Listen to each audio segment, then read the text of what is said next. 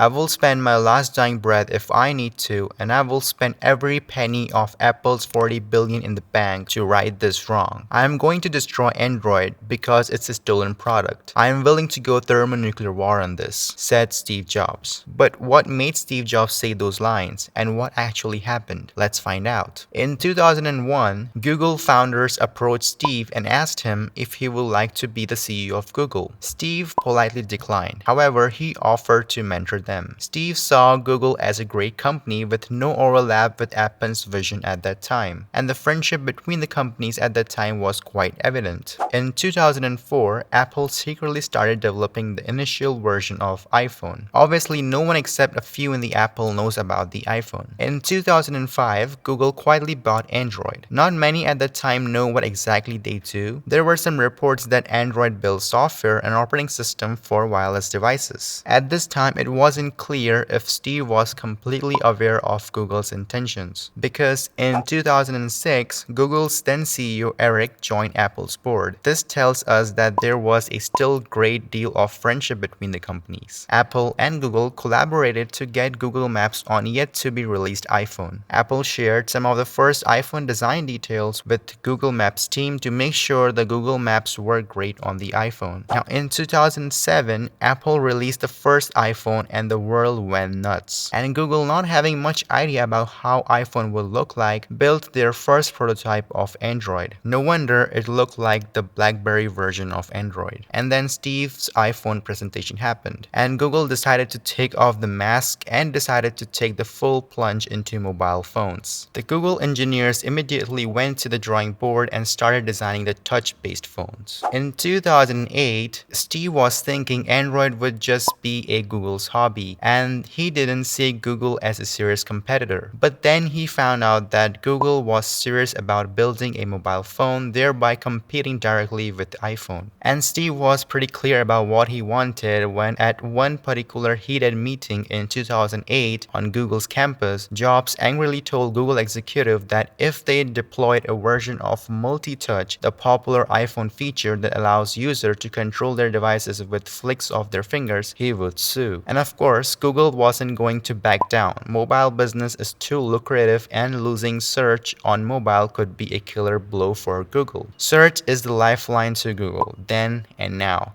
Obviously, Google couldn't let it go. In 2009, Android-powered devices kept improving. Steve started getting concerned about the Android devices flooding the market. He started openly criticizing Google for copying the iPhone. Steve, after one of his presentations, said, "They choose to enter into our market. We didn't enter their search space. Make no mistake, they want to kill iPhone. All the don't be evil is a big BS." And later that month, Google sent out a software update to the Nexus One, adding multi-touch capabilities and thereby openly crossing a line that Mr. Jobs had drawn in the sand. And that's how the war was started. But after Steve Jobs' death, Tim Cook took a more measured approach with Google. And now it looks like both the companies have settled down by acknowledging each other's space. In fact, Google pays Apple $9 billion to remain default search engine in Safari on iOS, which is also one of the evidence that there is no war between Google and Apple anymore. But we don't know what would have happened if Steve Jobs was alive. But that's a story for another day.